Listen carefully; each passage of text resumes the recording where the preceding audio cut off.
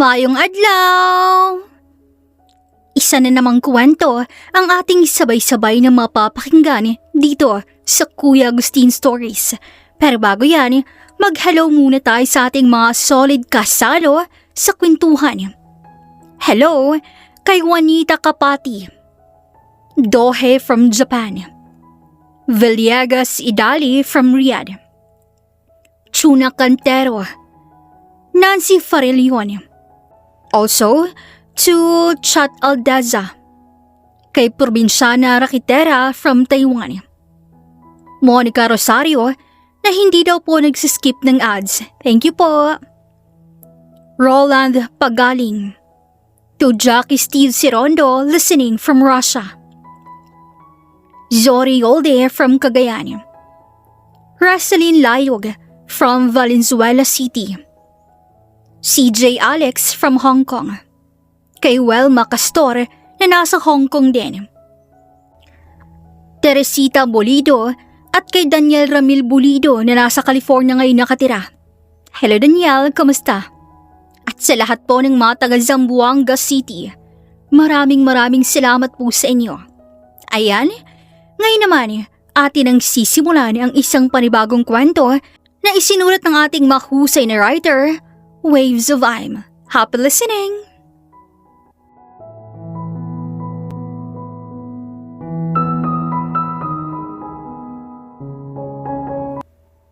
Malakas na napabuntong hininga si Leia matapos ang nakakapagod na araw at napangiti pa siya nang sandaling maramdaman niya ang lambot ng kama. Ay, grabe ang heavy ng gawain natin today, Julie. Ang akala ko aabutin tayo ng madaling araw sa paghahanda ng mga kakailanganin ni Madami para sa pagdating ng anak niya. Ani pa ni Leia sa kapwa nakatulong dito sa Saudi. Oo nga, kulang na lang talaga umuwi ako ng Pinas kasi sobrang pagod na nararamdaman ko rito. Hindi pumapasok sa isip kong umuwi ng Pinas kahit sobrang nakakapagod na, Julie. Alam mo namang may asawa at anak na umaasa sa akin. Malaki ng anak ko at nag-aaral na rin siya ng high school. Kaya hindi ako pwedeng huminto sa pagkayod. Bakit ba kasi ikaw lang ikaw ng porsigido dyan? Asan bang asawa mo? Anong trabaho nun? Pamamasada ng jeep. Pero kulang pa rin sa amin Kaya nga kahit ayokong malayo sa pamilya ko, tiniis ko na lang para mabigyan sila ng magandang buhay. Buti na lang talaga at wala pa akong pamilya, Leia. Kung hindi, siguro pareho din tayo ng rason. Pareho naman Ako nagtitiis ang ilang taon dito sa Saudi para sa asawa at anak ko. At ikaw naman, para sa magulang mo.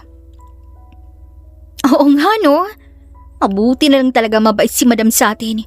Pero hindi lamang tayo sigurado kung mabait din ang mga anak nila.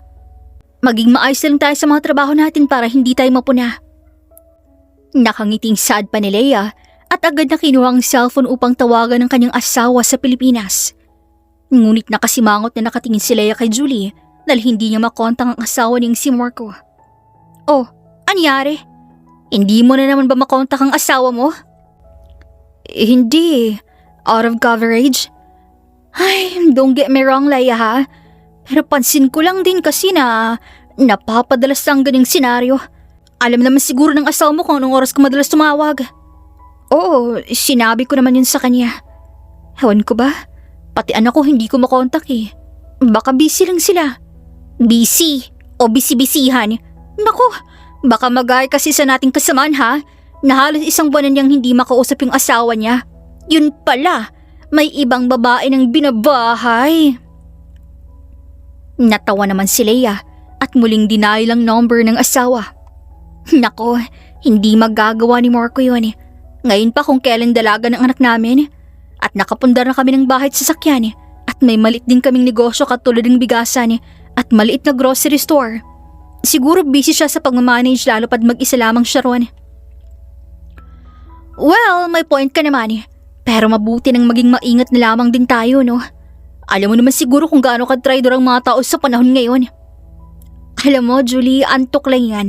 Mas mabuti pang matulog na tayo. Saad ni Leia nang hindi niya makontak ang asawa. Samantala, halos umabot na ng isang buwan na mahirap makontak ni Leia ang asawa niyang si Marco. Kaya nakaramdam na siya ng kaba. Julie, sa tingin mo kaya ayos lang mag-ama ko? Bakit kaya hindi ko sila makontak this past few weeks? Puro text lang yung anak ko. Sobrang ikli pa. Yung asawa ko naman hindi man lamang ako kinukumusta. Katapusan na ngayon, Leia. Sigurado akong magkukusang kontak yung asawa mo. At kapag ganyan palagi ang routine niya, ay, kabahan ka na talaga. Especially ngayon na malayo ka. Hindi mo malalaman kung ano nga ba talagang totoong pinagkakabalahan ng asawa mo. Wala namang sinasabing anak ko, Julie. Kaya kampante ako. Kibit balikat naman siyang tinapunan ng tingin ni Julie. Aligagapang kinuha ni Leia ang kaning cellphone nang mag-ring ito. Napangiti pa siya kay Julie nang rumehestro ang pangalan ng kaning asawa. Hello, Marco? Bakit yan kang tumawag? Ang hirap niyong kontakin. Kumusta kayo? Malakas namang bumuntong hininga si Marco sa kabilang linya. Pasensya ka na, Leia. Naging busy lamang din kasi ako sa bigasan. Ang daming customer. At saka busy rin ako sa iba pa nating negosyo. Alam mo namang wala akong ibang katuwang dito.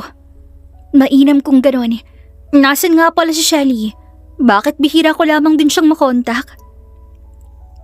Ay na nga problema, mahal. Napapariwara na yung anak natin. Nakakapagod pagsabihan at palagi pang galit sa akin. Kaya kung ano man ang sabihin yan sa'yo, huwag kang maniwala agad Mukhang nagdodroga kasi si Shelly.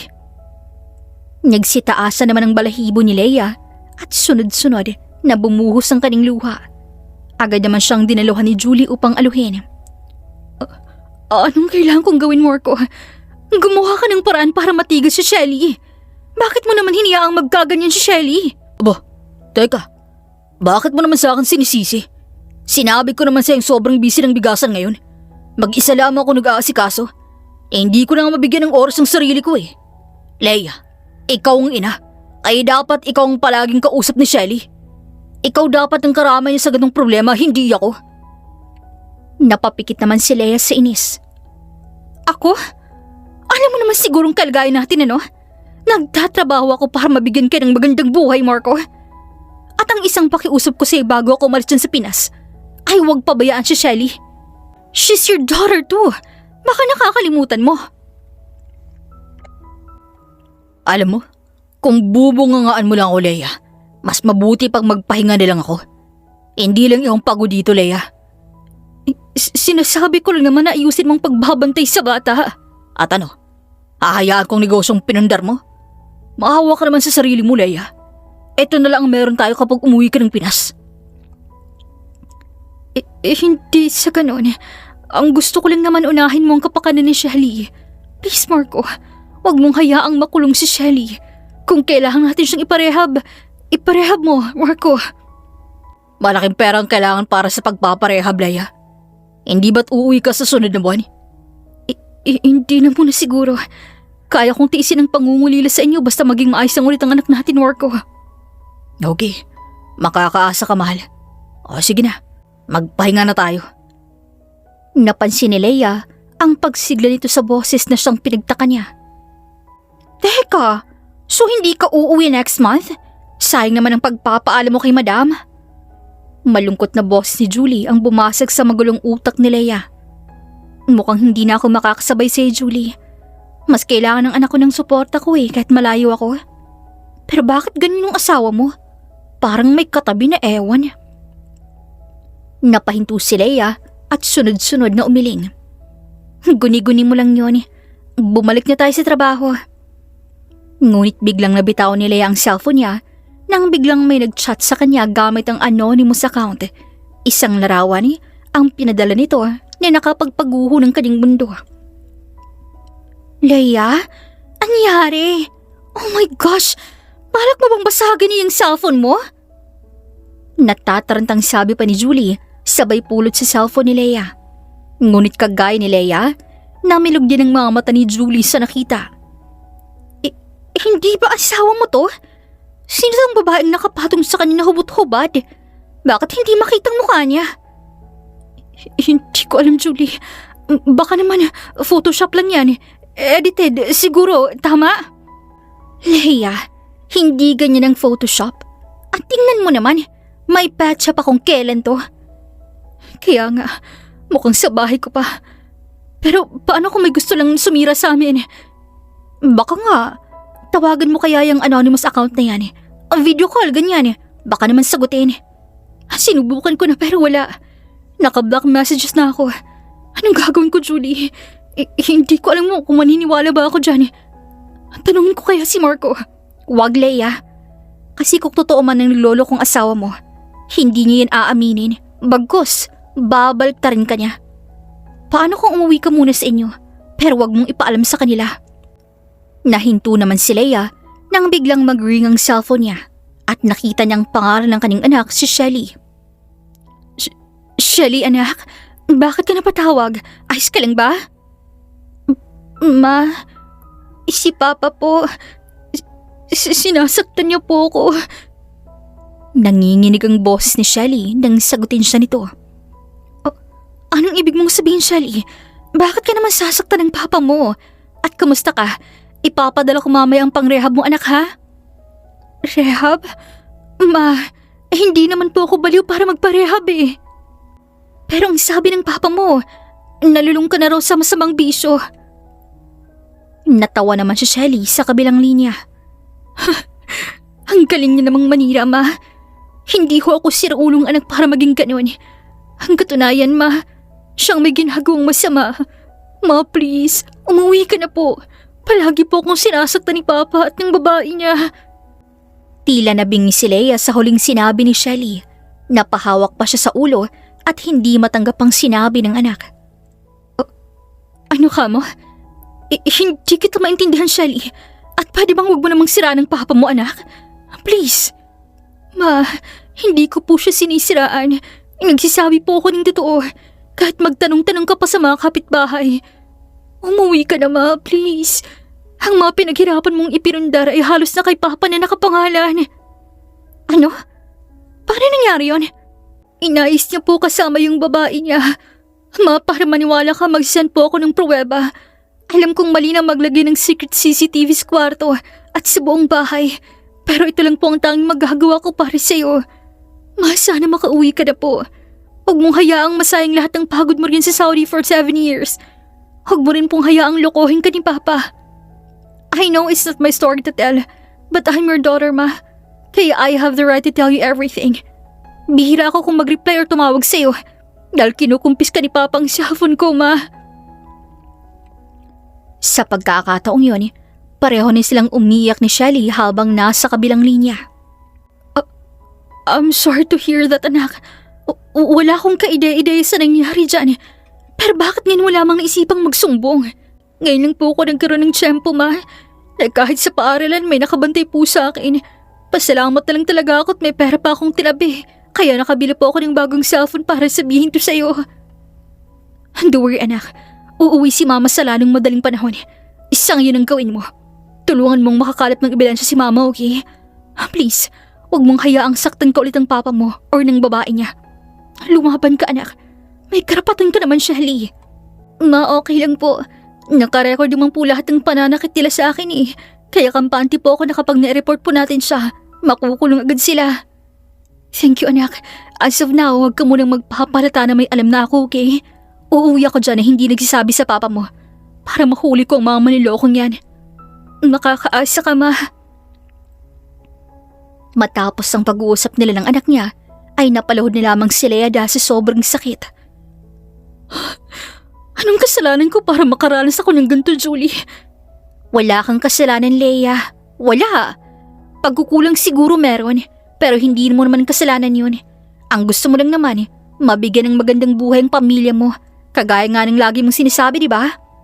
Ang problema na dyan ay ang asawa mo na hindi makontento at hindi man lamang ma-appreciate ang ginagawa mong sakripisyo dito sa Saudi. Bakit ganun lang kaya kadali nagawan ako ng masama? Kung kailan malaki ng anak namin, saka naman niya naisipang magloko. Hindi ko na alam ang gagawin ko, Julie. Mahina ako pagdating sa gantong bagay. Hindi ako magaling makipag-away. Hindi ako magaling makipagtalo. At higit sa lahat, hindi ko alam kung paano ko haharapin si Marco at ang babae niyang yun. Shh! Mag-ipon ka muna ng lakas ng loob bago mo sila harapin, Leia. Alam ko namang sobrang tapang mo. Kaya alam kong mahaharap mo sila ng nakataas noo at mabibigyan mo ng hustisya ang paniloko na ginawa nila sa'yo. Huminga ka muna at gagawa tayo ng plano. Karamay mo ako dito, Leia. I'm your friend, so I'm willing to help you. Niyakap naman si Leia si Julie at doon siya humagulhol. Salamat, Julie. Gustong gusto ko silang pagbayarin. Pero gusto ko ring itanong sa kanya kung bakit nila nagawang lokohin ako. Kung bakit ginawa sa akin ni Marco. Hindi ko na alam, Julie. Gusto kong masagot lahat ng katanungang nasa utak ko. Gulong-gulo na ako. Ikalma mo yan, okay? Huminga ka. Alam kong makakaya mo yan. Tutulungan nga kita, di ba? Sasamahan pa kitang sumugod para naman masampal ko kung sino yung babae ng asawa mo. Imbierna. Huminga ng malalim si Leia at kumalas sa pagkakayakap ni Julie. Pinunas niya rin ang kanyang luha at humarap ng seryoso kay Julie. Sisiguraduhin kong mabubulok sila sa kulungan, Julie. Hindi ako makakapayag na hindi nila makuhang karmang nararapat sa kanila. Hindi ako santa para maging mabait na lang palagi. May hangganan din ng kabaitan at pagiging maunawain ko. Wika ni Leia, sabay kuyom ng kamao. Samantala, sa loob ng isang linggo, naging abala si Leia sa trabaho at sa pag-aasikaso ng visa niya para makauwi agad siya ng Pinas. Sa tulong ni Julie at ng anak niya na si Shelly, napadali lamang ang pagkalap niya ng mga pruweba. Kulang pa lahat ng ebidensya natin, Julie. Walang ganang saad ni Leia isang gabi. Working parang anak mo kaya maghintay ka. By next week ang flight natin, ha? Anong plano mo? Paano mo sila huhulihin? Hindi ko alam. Hindi ko alam kung anong kaya kong gawin kapag nasarap na nila, Julie. Ngayon pa lang nanginginig ng kalamnan ko. Kalmahan mo lang. Hindi ka pwedeng manakit ng sobra dahil baka pati ikaw makasuhan. Hindi ko maipapangako yan, Julie. Lalo pa ngayon na nakita ko na kung paano nila saktan ng anak ko. Pero hindi ko pa rin makilalang mukha ng babae. Masyadong malabo. Pero sobrang pamilyar ng figura niya. Baka naman kapitbahay niyo lang kaya pamilyar sa'yo. Naku talaga, mga tao ngayon, wala nang magandang magawa sa buhay. Kaya nga ayoko mag-asawa eh. Dahil yan talagang isa sa kinatatakutan ko. Ang magkaroon ng asawang cheater. Napayuko naman si Leia at muling nakaramdam ng sakit. Mali ba ako nang napiling pakasalan, Julie? Aba, hindi ko alam. Baka naman may rason kaya ka napunta sa kagaya ng asawa mo. Baka may magandang plano si Universe sa'yo. Parang hindi na ako naniniwala sa magandang plano sa akin ng Universe. Kasi pati anak ko, dinamay sa pagpapahirap sa buhay ko eh. Naaawa ko para kay Shelly. Sana magkaroon siya ng lakas ng loob para lumaban sa lintik na babaeng yun. Ay, ipaubay mo sa akin yung kabit ng asawa mo, ha? At ako ang gugulpi doon. Ay kapal, ikaw bang legal wife para ikong manakit? Kahit isang sampal lang naman, hindi mapagbigyan. Ano ba yan? Pero gagi, sino kaya yung anonymous account na nag-chat sa'yo, no? Sigurado kang hindi si Shelly yun? Hindi nga raw siya. Para isipan din sa akin yun eh. What if ipatrack natin kahit IP address niya? Baka pwedeng makausap natin at pwede nating maging witness. Kasi diba, parang nakakalabas-pasok siya sa bahay niyo. Ganyan din ang naisip ko. Pero imposible naman kasing isa sa mga tauhan ni Marco sa bigasan kasi sigurado kung hindi magagawang traitor rin ng mga empleyado ang amo nila. Ay, hindi ka sure dyan, te. Kung pangit ang pakikitungo ng amo, siguradong magta-traitor ang empleyado. At kung hindi naman mga tauhan niyo sa bigasan, baka naman isa sa mga kaibigan ni Marco. Wala siyang permanenteng kaibigan eh. Ay, saka na nga natin isipin yan. Lilitaw na lamang yan kung talagang gusto niyang tumulong, Julie. Samantala, sa kabilang banda, naroon si Marco habang nakangiting nakahawak sa bewang ni Jenny, ang kirida nito. Kasalukuyan silang nasa sala ngayon at kumakain. Nasaan na naman yung anak mo, Marco? Bakit ba palaging late yan kung umuuwi? Hayaan mo na, Jenny. Wala naman akong pakalam kung paano yun eh. Total, alam naman ni Leia na nasa rehab na si Shelly. At saka, ayaw mo nun. Palagi nating solo ang bahay. Gusto ko naman eh. Pero wala kasi akong mautusan dito eh. Imbierna. Nakakainis lang din. At hindi niya sinusunod ang utos ko na hugasan ng mga pinagkainan. Yun tuloy, nabasag ang paborito kong tasa. Huwag kang mag-alala. Bibilhan na lang kita ng mamahaling tasa bukas. Talaga? By the way, Hindi kayo nagsumbong yung anak mo sa asawa mo about sa pinaggagawa natin? Kahit magsumbong man siya, tiyak akong hindi siya paniniwalaan ni Leia. Lalo pang sinabi kong nalulung siya sa droga. Ang tanga rin yung asawa mo, no? Na hindi mahalata ang panlalamig mo sa kanya. Todo padala pa talaga. Kailan mababalak hiwalayin si Leia, Marco? Nakakainip ng maging other girl mo, ha? Ayokong tawaging kabit ako, no? Hinaplos naman ni Marco ang buhok ni Jenny at hinalikan ng pisngi nito. Dory, malapit na Jenny. Malapit nang mailipat lahat ng ari-arian niya sa akin. At kapag tuloy nang malipat to, ay makikipaghiwalay na ako. At ang irarason ko, ang pagiging malayo niya sa akin. Sige, mabilis lang namang mauto ang asawa mo eh. Sigurado akong hindi ka mahihirapang kumbinsihin siya. But, baka naman ipakulong ka niya pag nalaman niyang sa'yo lahat ng pinaghirapan niya. Wala siyang habol, dahil lahat ng yun legal. Dumaan sa tamang proseso. Kahit pa umiyak siya ng dugo, wala siyang mapapala sa akin. Sa gitna ng pag-uusap nila, ay dumating si Shelling pagod na pagod. Kaya agad na napatayo si Jenny upang salubungin siya ng malutong na sampal. Bakit ngayon ka lang? Hindi mo ba alam na kanina pa kita hinihintay? Bakit na naman ba? Ano na naman kailangan mo sa akin? Aba, tingnan mo nga tong anak mo, Marco. Natututo ng sumagot-sagot. Hindi mo ba alam na konting panahon na lang ay mapapalayas na kita rito? Alam mo bang nabasag ang paborito kong baso dahil hindi mo agad hinugasan ang mga pinagkainan? It's not my problem. Kayong kumain, kaya kayong maghugas. At sino ka ba sa inaakala mo para umasta ng ganyan dito sa pamamahay ng nanay ko? Muling nakatanggap ng malutong na sampal si Shelly galing kay Jenny. Marahas pa siya nitong hinila sa buhok at itinulak sa sofa kung saan naroon si Marco. Ikaw ang dumisiplina dyan sa sarili mong anak, Marco. Dahil kapag ako talagang nainis dyan, papalayasin ko yan. Kung kaya mo. Alam mo naman sigurong wala kang karapatan sa bahay na to. Pera ni mamang ginamit para mapatayo to. Tumayaw si Marco at malakas na sinampal si Shelly at dinuro. Huwag mong ipagmalaki ang nanay mo na wala rito sa loob ng 7 taon. Dahil hindi magiging bahay ang perang pinagmamalaki mo kung hindi ako nagmamanage. Hindi lalagong negosyo niya kung wala ako. Kaya kung may dapat mang makinabang sa mga meron tayo ngayon, ako yun. Dahil ako nagpapakahirap para lamang lumagong negosyong yun, Shelly. Hawak-hawak ni Shelly ang kaning pisngi habang mariing nakatitig sa kaning ama. Hindi niya nais ipakita ritong mahina siya. Kahit gusto niyang umiyak ay pinigilan niya. Bakit pa? Hindi niyo rin ba naisip ang sakripisyo ni Mama? Hindi niyo ho ba naisip kung ilang mahalagang event sa buhay natin na mag-isa lang siya habang kayo ay nagpapakasasa sa perang pinapadala niya kasama yung babaeng yan? Hindi ho ba kayo nakokonsensya sa mga pinaggagawa ninyo? Hindi niyo ho ba naiisip kung anong mararamdaman niya kapag nalaman niyang niloloko niyo siya matagal na? At bakit? Sa tingin mo ba hindi ka madidamay kapag nagtangka ka magsumbong, ha, Shelly? Madali lamang sabihin sa kanyang kasabwat kita. Kaya kapag oras na pinakulong ako ng nanay mo, makukulong ka rin. Hindi yun gagawin sa akin ni Mama. Dahil alam kong maiintindihan niya lahat. Pero ang ginagawa ninyo, hindi niya maintindihan. At sigurado akong hindi niya kayo mapapatawad. Hindi ba kayo nakukonsensya? Ikaw na babae ka. Hindi ka ba nahihiya? Kibabae mong tao, talagang nakuhang pang lumandi sa lalaking pamilyado na.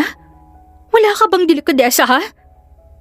Marahas na hinila ni Jenny ang buhok ni Shelly, ngunit sa pagkakataong to ay hindi na hinayaan pa ni Shelly masaktan pa siya dahil malakas niyang tinulak si Jenny. Walang hiya ka? Wala kang paggaling sa nakakatanda si Shelly? Wala kang modo? Ganyan bang tinuro ng nanay mo? Tinuruan naman po ako ng nanay kong gumaling sa matanda. Pero hindi niya sinabing huwag akong pumili ng gagalangin. Dahil sa totoo lang ho, hindi ho kayo deserve kalangin. Ha? Lumayas ka rito. Palayasin mo yun, Marco. Ayoko nang makitang pagmumuka ng lintik na batang yan. Dahil makukunin yata ko sa lintik na yan. Napahawak naman si Jenny sa tiyan niya at napahawak sa balikat ni Marco. Masamang tingnan ni Marco si Shelly at hinila palabas. Sinabi ko naman sa'yo, diba? Na huwag mong uubusin ang pasensya ko, Shelly. Kita mo ng buntis si Jenny ay papatulan mo pa. Napakawalang galing mo talaga. Mas mabuti pang lumayas ka na. At huwag na huwag mong tatangkaing magsumbong sa nanay mo. Tapos sisiguraduhin kong ipapasok talaga kita sa mental. Umalingaw nga ang boss ni Marco sa buong kabahayan. Napaupo naman si Shelly sa malamig na semento habang yakap-yakap ang kanyang tuhod. Nanginginig din siya at unti-unting pumatak ang kanyang luha. Bakit niyo ginagawa sa akin to pa? Anak niyo naman po ako, di ba? Pero bakit ho ganito niyo ako tratuhin? Bakit mas labangpasin niyo yung kabit niyo na yan kaysa sa sarili niyong anak? Huwag na huwag mong matatawag na kabit si Jenny, Shelly. Dahil hindi siya kabit. Siya ang mahal ko. At hindi kayo ng nanay mo. Singhal sa kanya ni Marco at tuloy na siyang tinulak palabas. Tila natuon sa kinatatayuan niya si Shelly habang nakatingin sa gawi kung saan naroon si Leia na matalimang titig sa kanya. At handa na siyang sugurin anumang oras. Mama, bulong pa ni Shelly bago tuluyang nawala ng malay dahil sa panghihina.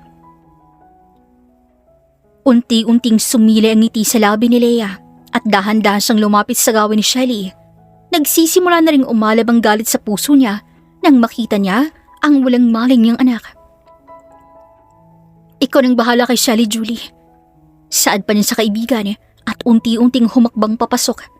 Ngunit nanginginig si Leia ang napaatras nang maabutan niya si Marco sa mismong kwarto nila habang may babaeng nakapatong sa kanya.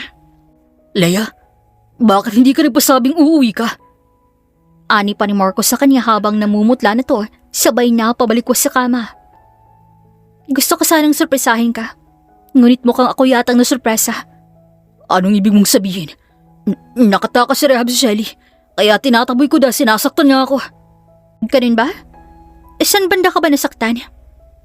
Nang akmang ituro na ni Marco ang mukha niya, nang biglang gawaran to ni Leia ng isang malakas sa sampala.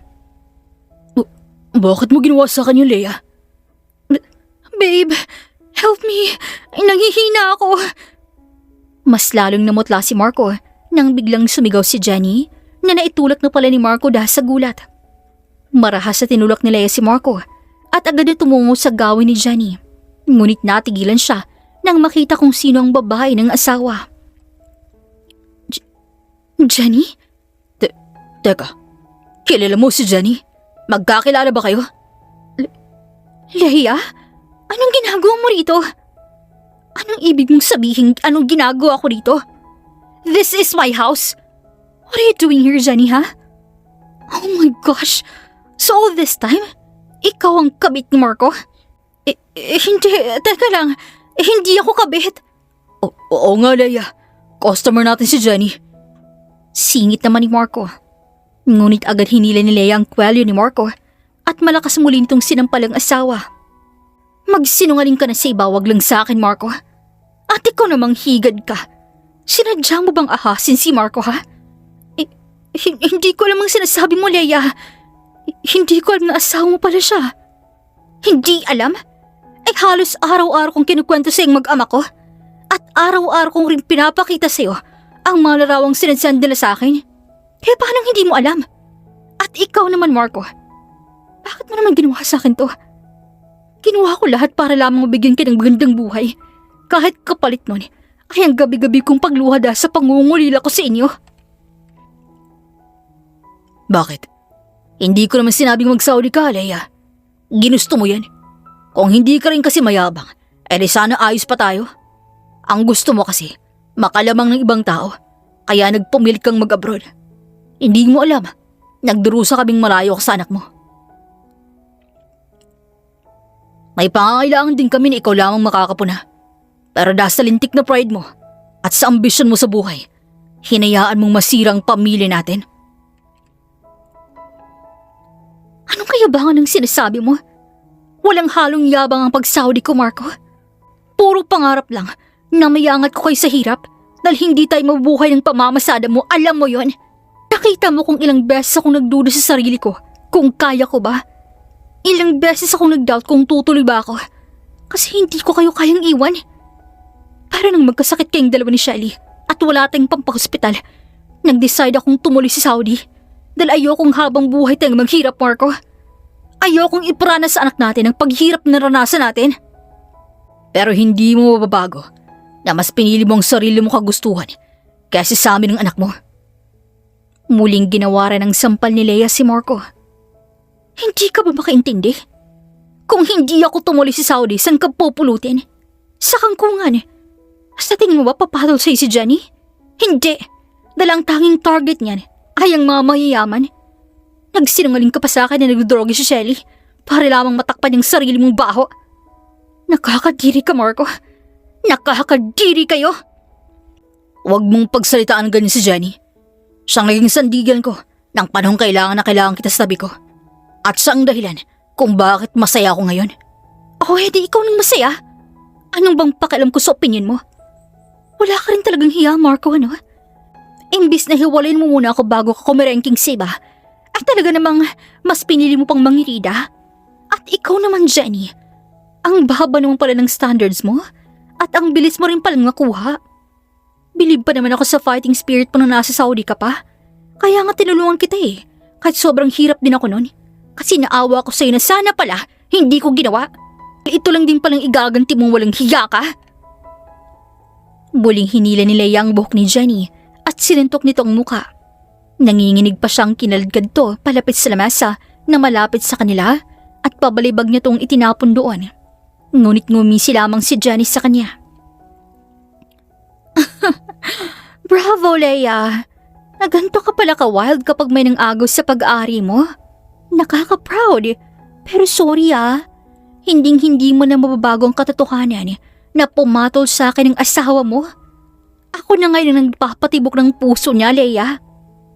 At ikaw din ngayon ang nagpapatibok ng sentido ko sa sobrang galit, Jenny. Singhan ni Leia at muling sinampal si Jenny.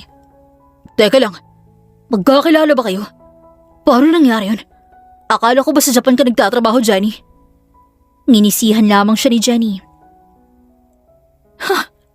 Hindi mo alam ang background ng kabit mo, ha, Marco? Hindi ako kabit, Leia. Kabit ka, Jenny. Paano kayo nagkakilala? Answer me, Leia. Huwag mo kong sigawan, Marco. Para sabihin ko sa'yo, yung babaeng yan at ang babaeng kinukwento kasi yung tinulungan ko noon ay iisa. She's a scammer. Munti ka na siyang makulong dahil sa pang-i-scam niya. Pero dahil nga kapwa ko Pilipino siya, ay hindi ko matim na tiisin siyang makita sa lansangan pagala-gala. Kaya ko siya tinulungan. Pero hindi ko inaasahan na sa huli, eto pang isusukli niya sa akin. Napakapit si Leia sa laylayan ng kaning damit nang maramdaman niyang panghihina habang nakatingin kay Janet Marco na ngayon ay nakayuko na. Gustong gusto niya ng pakawala ng maluhang nagpupumilit makawala. Ngunit hindi niya na nais na pakita sa harap ng dalawa na mahina siya. Mahal, hindi ko alam. Wala akong kaalam-alam na kakilala mo pala si Jenny. Tinuring kong parang sariling kapatid si Jenny. Ginawa ko ang lahat para lamang hindi siya magutom at magkaroon siya ng matitirhan. Ako rin ang dahilan kaya nakauwi siya ng Pinas na sana pala hindi ko rin ginawa. Sana pala hinayaan ko na lang siya. Nakatulala lamang si Leia habang napalhod naman si Marco sa kanyang harapan habang sunod-sunod ang pagbuhos ng luha nito. Patawarin mo ako, Leia. Wala talaga akong kaalam-alam. Please, patawarin mo ako. Handa akong hiwalayin si Jenny, mapatawad mo lang ako. Wala na akong natitirang ni isang katitig na awa para sa iyo, Marco. Ang tang nararamdaman ko nila ngayon ay ang pandidiri at galit para sa inyo. Please, handa akong magbago, Leia. Huwag ka lang mawala sa akin. Hindi mo na ako maniloko pang muli, Marco. Awang-awa ko para kay Shelly at sa sarili ko. Hindi ko deserve to, Marco. Hindi naman kasi ako naging pabayang ina pagdating kay Shelly. Nasuportado ko naman lahat ng pangangailangan niya. Ako na malayo. Ako pang naging sumbungan ni Shelly na imbis ikaw dapat yun dahil ikaw ang malapit sa kanya, Marco. Ikaw dapat ang tatanggol sa anak nating dalawa. Pero bakit ikaw pa mismong dahilan kaya siya nasasaktan? The worst is hinahayaan mo lamang siyang saktan ng kirida mo. Hindi na nakasagot si Marco. Patuloy lamang siya sa pag-iyak habang nakaluhod sa harap ni Leia. Ngunit gulat parehong nararamdaman nila nang biglang umisi si Jenny. Dapat noon pa ikaw ang nawalin, Leia. Simula pa lang na nasa Saudi tayo, naiinggit na ako sa buhay mo. Anong nakakainggit sa buhay ko noon? Alam mo kung gaano kahirap ang tiniis ko sa dati kong pinapasukan, Jenny. dahil naging katrabaho kita. Ay, sa nakakaingit ng buong pagkatao mo eh. Kaya nang makauwi ako ng Pinas, ay itong si Marco agad ang hinanap ko. Hindi ko nga ina-expect na mabilis siyang maaakit eh. Kaya nakakasiguro akong sa loob ng 7 taong malayo ko sa asawa mo, ay hindi lang ako naging babae niya. Sadyang ako lamang talagang naaktuhan mo ngayon. Ay, ang malis ko naman. Manahimik ka, Jenny. Wala akong ibang naging babae. At ano ka mo? Mabilis akong maakit? Hindi ba ikaw nag-set up sa akin sa bar, ha? Ang sabi mo, may nangyari sa atin. Ay hindi ko pwedeng takasan yung responsibilidad ko sa'yo. Aba, totoo naman ah. Nakalimutan mo na ba? May CCTV ang kwartong yon. Napaatras si Leia nang sumugod si Marco papunta kay Jenny at sinakalito. Manahimik ka na! Please, Leia. Huwag kang maniwala sa kanya, mahal. Napaikot naman ang mata ni Leia at saka sinipa si Marco. Hindi ako tanga para maniwala pa sa'yo, Marco. At ikaw naman, Jenny. Tama ng kakadada. Because whatever you say, pareho kayo nitong manilokong kang asawa na mabubulok sa kulungan. At alam kong hindi sapat ang sampal para mapawi itong galit ko para sa inyong dalawa ni Marco. Ngunit ipapaubay ko na sa batas ang karmang nararapat sa inyo. At sa tingin mo ba, may papakulong mo ako, Leia? Hindi. Dahil sa oras na may pakulong mo ako sa putikan ka pupulutin, dahil lahat ng pinaghirapan mo, nasa akin na. And you think I don't have a backup plan, ha, Marco? Hindi ako kasing bobo mo para hindi maisip yung kasakiman mo. Kaya tama na yung kakadada ninyo at sa presinto na lamang kayo magpaliwanag. No, please, Leia. Please, wag mo ko ipakulong, mahal. Asawa mo rin naman ako, diba? Please, ayusin natin yung pakiusap. Wag mo ko ipakulong. Maging si Jenny. Wag. Dahil magkakaanak kami, Leia. Maawa ka. Maawa? Nang magloko ka ba sa akin na awa ka, ha? Nang sandaling lustayin mo ang perang pinaghirapan ko para kay Shelit sa negosyo, nakaramdam ka ba ng konsensya? Hindi, di ba? Dahil sarili mo lang iniisip mo. You're selfish, Marco. Hindi ko alam kung paano ko humantong sa ganyang pag-uugali. Dahil ang una kitang makilala, hindi ka naman ganyan eh. Pero siguro tama nga sila. Walang lalaking makokontento kapag malayong asawa nila. Malamang, dahil may pangangailangan nga ako, Leia. Hindi mo ba naiintindihan? Mas mabuti pa nga si Jenny dahil naiintindihan ang sitwasyon ko kahit na mag-chat lamang kami. Wow! So noon pa balak mo na talagang landiin si Marco, ha, Jenny? Sobrang inggitera mo naman pala talaga. Sana makaramdam ka ulit ng inggit pero sa loob na ng kulungan. Kasunod noon ay ang pagpasok ng mga pulis upang arestuhin sina Marco at Jenny. Samantalang nanginginig namang dumiretso si Leia sa ospital kung saan kasalukuyang na-admit ang anak niya si Shelly. Samantala, nakahinga naman ang maluwag si Leia nang makita ni si Shelly nga may malay na at nakikipagkwentuhan na sa kaibigan niyang si Julie. Anak, how are you?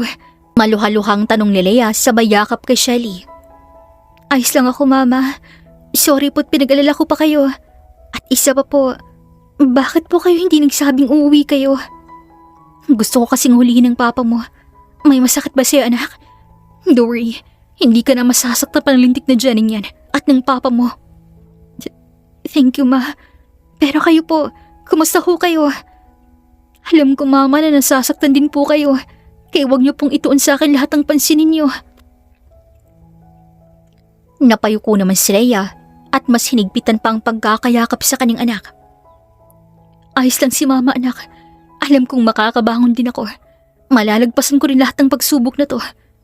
Malalagpasan natin. Abay, dapat lang, Leia. Kasi kung pati ikaw manghina, kawawa tong si Shelly. Ang mabuti pa'y lakarin mo ng kaso ni Janet Marco at pati yung annulment paper nyo para tuloy-tuloy ang pag-move on. Singit naman ni Julie. Oo na, huwag kang atat. Ang abogado ko nang mag-aasikaso nun. Ang gusto ko lang ngayon, alamin kung sino nagpadala ng litrato sa akin. Sino nga kaya talaga yung anonymous, Julie? Isubukan niyo pong tanungin ng kapatid ni Papa, Ma. Si Tita Shela. Nang minsan po kasi na dumalo siya sa bahay, nandun na po yung babae ni Papang si Jenny. Sigurado ka, anak? Nasaan nga ng Tita Shela mo? Sa bigasan natin, Ma. Isang katiwala ni Papa roon. Kinabukasan, Agad na pinuntahan ni Leia at Julie ang bigasang pinatayo ni Leia. Naluluha pang pinasadahan ni Leia ang bigasan niya dahil tila palugi na ito. Uy, anong nangyari sa bigasan mo, Leia? Ba't ganito? May bumibili pa ba rito? Tanong naman ni Julie habang papasok sila sa loob. Naabutan pa nila roon si Sheila. Naggulat na gulat nang makita siya. Leia? Kailan ka pa umuwi? Kagabi lang, Ate Sheila. Kamusta rito? Mukhang matumal ang bintahan niya. Bigla namang lalungkot ang mukha ni Sheila at inalok silang umupo. Pasensya ka na, Leia. Kahit kasi anong gawin ko, hindi ko na alam kung paano pa maayos ang bigasan ninyo eh. Lalo pat wala ng tiwala ang mga taong bumibili rito dahil sa kagagawa ni Marco. Bakit? Anong ginawa ni Marco, Ate Sheila? Hindi maganda ang pakikitungo ni Marco sa mga customers, Leia. Hindi siya marunong makisama sa mga trabahador niya. Kaya wala nang gusto pang maging empleyado niya.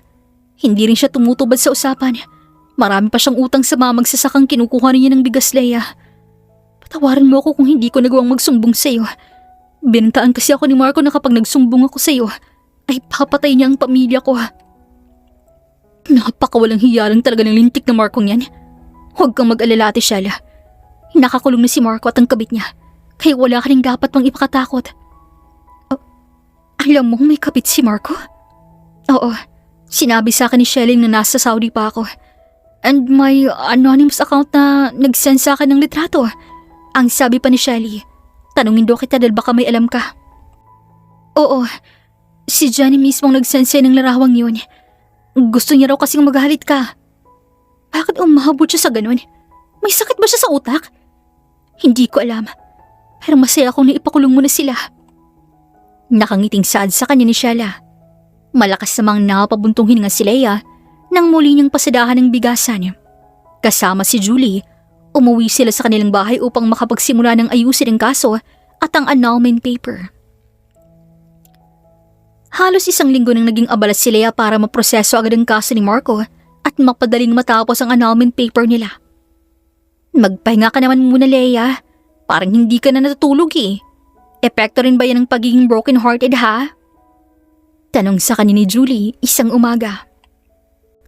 Sira, gusto ko lang talagang matapos agad tong kaso at annulment dahil ang isusunod ko ay ang negosyo kong malapit ng malugi and the titles that were transferred to Marco.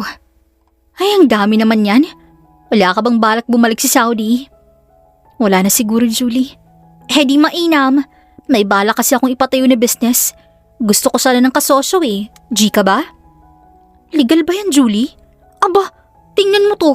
Mukha ba akong may madilim na hangarin sa buhay, ha? Legal to, no? Syempre. Sige, gusto ko ring libangin ang sarili ko. Kasi kahit anong gawin ko, nandito pa rin yung sakit, Julie. Alam ko namang hindi madali na maalis yung sakit. Pero bakit kaya ganun? Bakit kailangan ko pang masaktan? Kasi tao ka, hindi ka robot. Normal lang namang makaramdam ka ng sakit eh. Normal lang na umiyak ka. And normal lang na mag-yearn ka. Lahat ng nararamdaman mo, normal at valid yan.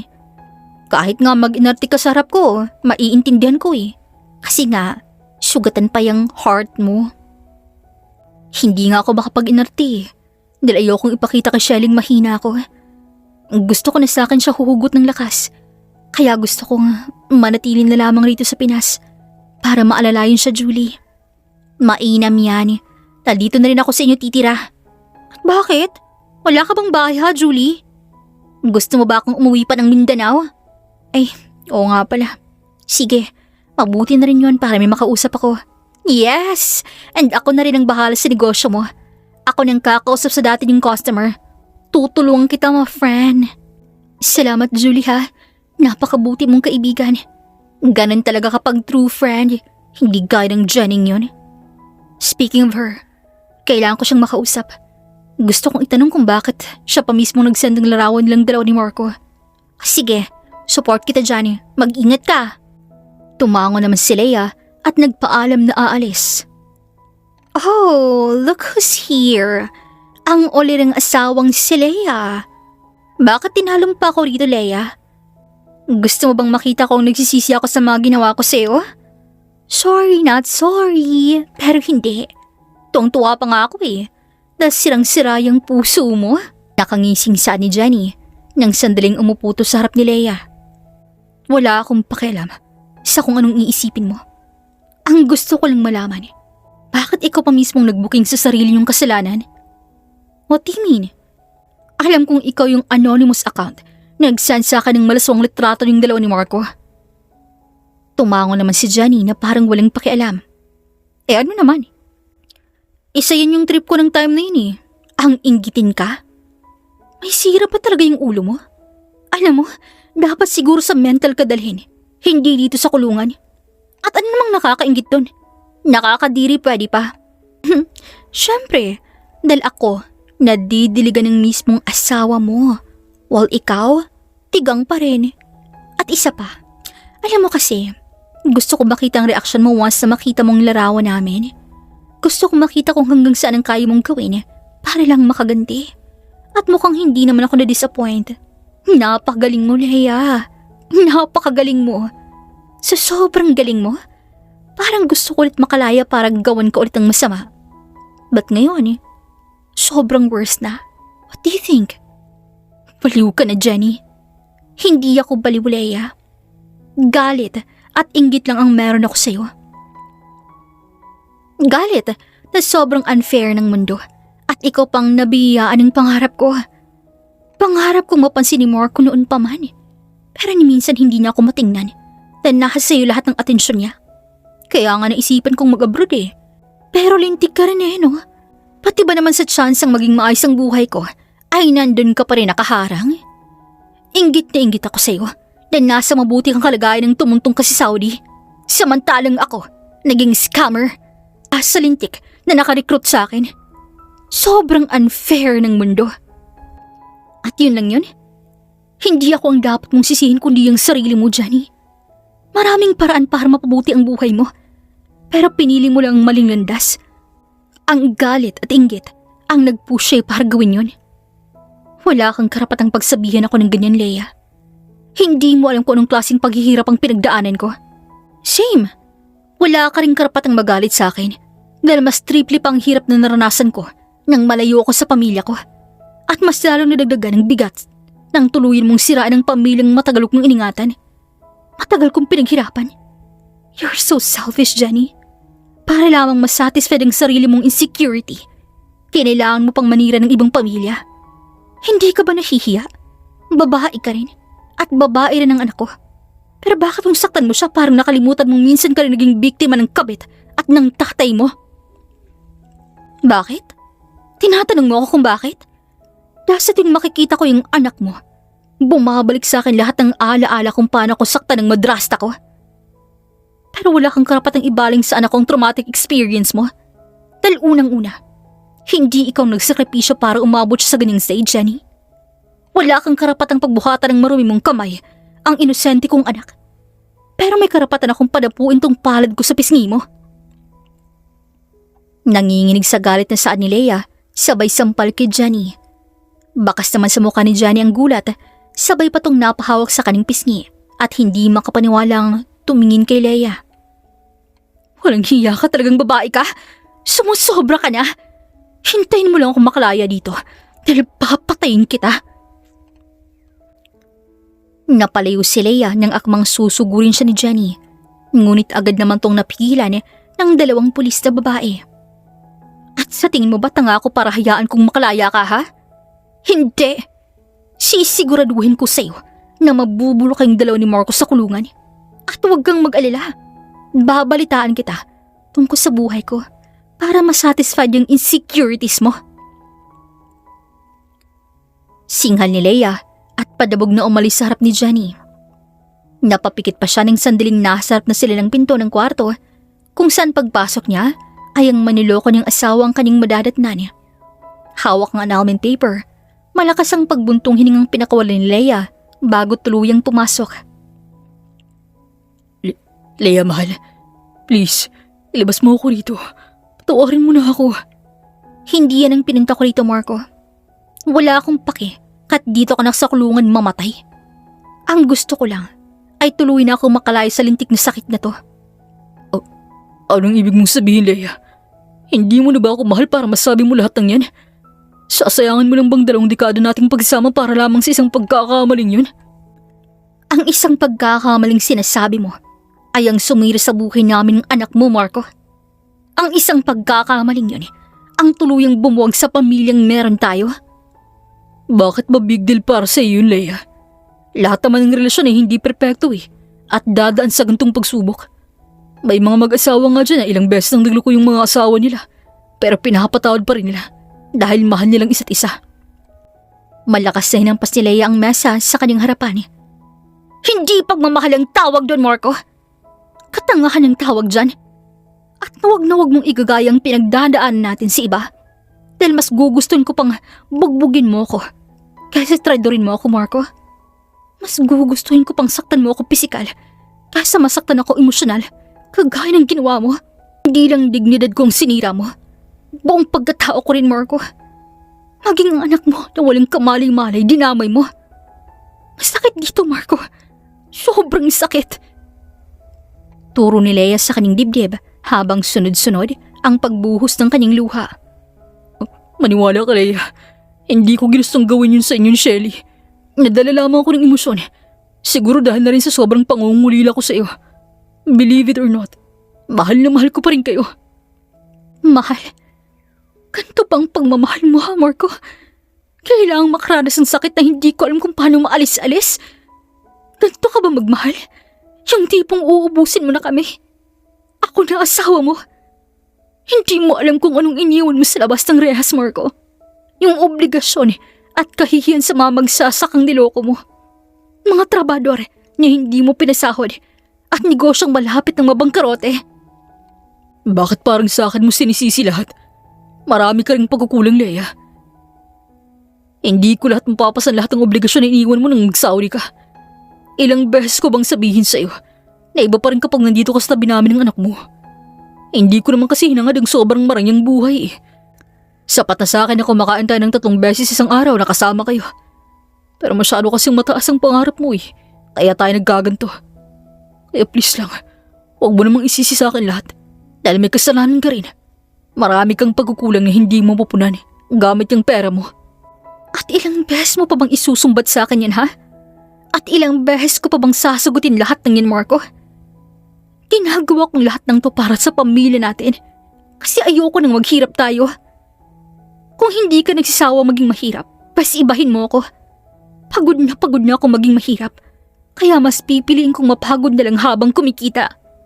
At isa pa, alam ko naman ang pagkukulang ko sa inyong dalawa ni Shelly. Pero akala ko kasi naiintindihan mo ako. Gaya ng pag-iintindi sa akin ng anak mo. Mas mabuti pa siya, Shelly. Naiintindihan ang nararamdaman ko. Pero ikaw na sarili kong asawa. Dahil ba nasilaw ka ng pera kaya maging negosyo, bahay, at sasakyan na ipundar ko? Gusto mong angkinin? You're so greedy, Marco. Nanghihinang sabi ni Leia bago tuluying inilapag ang annulment paper. Ano to, Leia? Annulment paper? Bakit? Gusto mo na talagang makipaghiwalay? Mahal naman. Ayaw mo ba talagang ayusin to? Pakiusap naman. Hindi man ako hihiling para palayain mo ako rito sa kulungan Pero wag mo naman akong hiwalayan. Kaya na lang ni Shelling meron ako, mahal, peace. Hindi ko kayang manatili pa sa buhay mo kahit nasa kulungan ka na, Marco. Yan pa nga lang, nanginginig na ako sa tuwing nakikita kita At isa pa, hindi lang akong pamilyang meron ka. Hindi ba't buntis ang kabit mo? Magiging ama ka na ulit. Sa kirida mo nga lang anak. Magiging masaya naman kayo kahit nasa kulungan kayong pareho.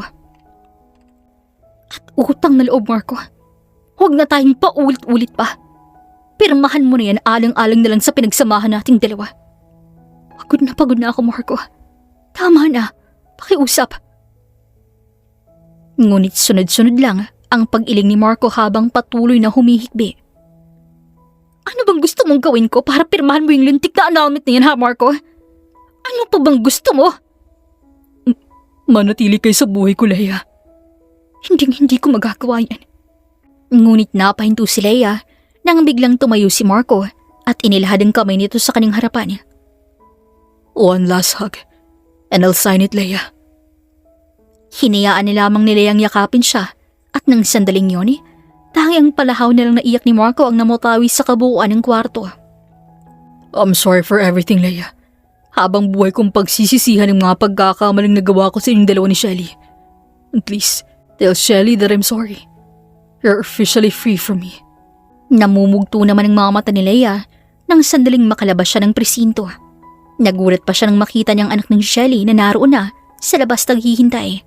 Kaya agad niyang pinunasan ng mga luhang natayo sa kanyang pisngi.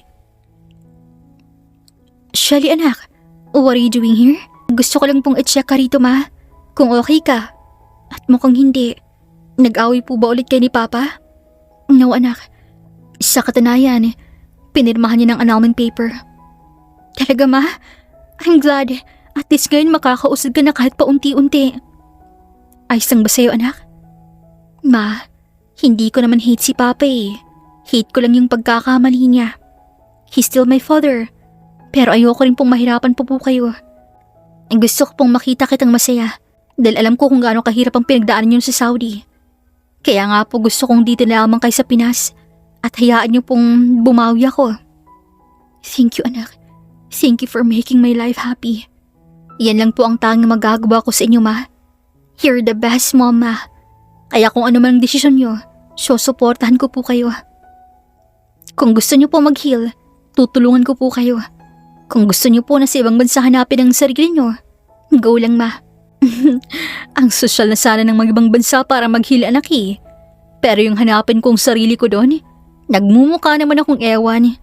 Ay, nakapag-joke ka pa dyan ma ha. Tara na po, hihintay na po tayo ni Tita Julie. At mukhang nagluto po siya ng masarap na beefsteak. Hindi naging madali ang mga nagdaang araw para kay Leia. Kahit na umabot pa to ng 6 na buwan. Nanatiling sugatan ng kanyang puso at hindi niya alam kung kailan to hihilom. Ayos ka lang ba? Baka naman mamaya niyan magkasakit ka na Leia. Ilang buwan ka na bang ganyan? Tanong ni Julie kay Leia. Ngumiti lang si Leia, ngunit hindi yun umabot sa kanyang mga mata. Ayos lang ako Julie. Kung hindi ko aabalahin ang sarili ko, tiyak na sa kwarto ko buong araw magmumukmok. Pero kailangan mo pa rin ang totoong healing Leia. Hindi yung distracted ka lang. Kaya ka ganyan eh. Ang hirap pa rin kasi eh. Pero alam ko namang lilipas din to. Ang priority ko ngayon ay si Shelly. Hindi ko pwedeng ipakita sa kanyang mahina ako, Julie. At sa tingin mo ba hindi ka mahahalata ni Shelly? Bakit kasi hindi mo nilamang tanggapin yung alok kong pumunta sa Italy? Okay naman yung business natin eh. Carry bills ko na yun. Ang kailangan mo ang bagong bansa para makapag-reset. Grabe, manlalaki ka kaya? Gusto mo bang bigyan kita ng lalaki, Bona ka ba? Baka mo ikaw nangangailangan yan dahil 30 ka na, wala ka pa ring asawa. Mag-asawa ka na, baka matuwa pa ako sa'yo. Grabe ka sa akin ha? Pero seryoso ha? Magbakasyon ka kaya muna? Or gusto mo, isama mo ako si Shelly. Mag-enjoy ka. Ipagkatiwala mo muna sa assistant natin ng kumpanya. Kakaumpisa pa lamang ng kumpanya. Hahayaan mo na sa iba? At isa pa, wala kang dapat ipag-alala. Kayang-kaya kong i-handle lahat at hindi ako lumabas ng bansa. Ngunit tila natuon siya sa kinatatayuan niya nang pumasok si Shelly na madalang sanggol habang nakangiti. Shelly? Kaninong anak yan? Don't tell me sa'yo yan. Ma, it's not mine. Kay Papa po tong anak. What do you mean? Tinawagan po ko ng presinto ma. And Papa and I talk about the custody. Nanganak po si Jenny ng 1 buwan pa. Pero hindi na kinaya kaya namatay siya. The problem is, walang umako sa bata. Especially dahil sa parents niya. Alam ko po na hindi pa rin hilom yung puso ninyo na sa ginawa ni Papa. Pero sana po, huwag niyong idamay itong inosenteng bata. Kung ayaw niyo po, ako na lang po mag-a-adapt nito. Nakakaawa po kasi. Kapatid ko pa rin po siya sa ama. Napayuko si Leia dahil sinabi ng anak. Hindi niya nais idamay ang bata, ngunit hindi niya mababago para sa kanya na ang tanging maalala niya lang sa tuwing makikita ito ay ang paniloko ni Janet Marco. I don't know what to say, Shelly. Kagaya ng sinabi mo, I'm still in the process of healing and I don't know how to accept the baby. But I never neglected your feelings. Ayoko lang natanggapin pa yun sa ngayon dahil hindi ko patuluyang napapatawad sila. Pero pwede mo siyang itira sa bahay kasi kagaya ng sinabi mo, he's still your brother. Thank you, Ma. You're so kind. Promise po, hindi po siya magiging sagabal sa trabaho niyo. I'm the one who is obligated to take care of him. Nakangiting sabi pa ni Shelly bago ito lumabas ng opisina. Sure ka ba dun, Leia? Di kaya imbis na makapag-move on ka, mas matrigger yung galit mo sa dalawa na yon every time makita mo yung bata? Ayos lang. Wala siyang kasalanan, Julie. Inosenteng batang yon. Pero wala pa akong lakas ng loob para akuin ng responsibilidad na iniwan ng taong nanakit sa akin. But I definitely accept him as my own son. Sobrang bait mo, Leia. Grabe. Paano mo nakakaya yan? Hulaan mo. Muling nagpatuloy ang mga araw, linggo at buwan hanggang sa umabot ng 3 taon na naging maayos ang pamumuhay ni Leia sa tulong ni Shelly at Julie. Tuloy na ring naghilom ang kanyang puso. At sa tulong ng batang minsang hindi niya alam kung paano tatanggapin, ngayon ay isa na to sa dahilan kaya masaya si Leia sa araw-araw niyang pagising. Mama, I want to come with you po, please. Magiliw na saan ni Jacob, ang 3 taong anak ni Marco kay Jenny. Napangiti naman si Leia sa bata at hinalikan to sa pisngi. Hindi pwede, baby. Mag-work si mama and you need to stay here kay Ate Shelly because you need to go to school. Okay po, pero pwede po pumunta sa work mo, mama, after school? Yes, baby. Ate Shelly will take you there. 2 taon nang nakakalipas mula nang ipareheso ni Leia si Jacob bilang tunay niyang anak. Wala rin siyang balak ipaalam pa sa bata na bunga siya ng paniloko sa kanya ni Marco at Jenny. Sapat na minahal niya ang bata. Ay, bakit late ka na naman? Tanong sa kanya ni Julie. Napangiti lamang si Leia rito. Hinatid ko kasi si Jacob at Shelly sa school. Alam mo naman yung batang yon. Ayaw niyang hindi ako nakikita bago pumasok ng school. Bilib din talaga ako sa iyo, no? Isipin mo, nagawa mong tanggapin ng buong buo yung batang bunga ng kasalanan sa ni Marco at Jenny. Ayokong idama yung bata sa kasalanan ng magulang niya. At isa pa, wala akong balak ipaalam kay Jacob ang lahat. Mananatiling lihimin sa kanya dahil ayokong isipin niya nga mali na nabuhay siya. Agree dahil kawawa naman ang inaanak ko at tama rin ang desisyon mo. Hayaan mong ikaw kilala niya habang buhay ni nanay niya. Muling nagpatuloy ang takbo ng buhay ni Leia. Namamayagpag na rin ang kumpanya niya sa buong Pilipinas. Maging si Shelly ay nakapagtapos na sa pag-aaral at naging ganap ng abogado.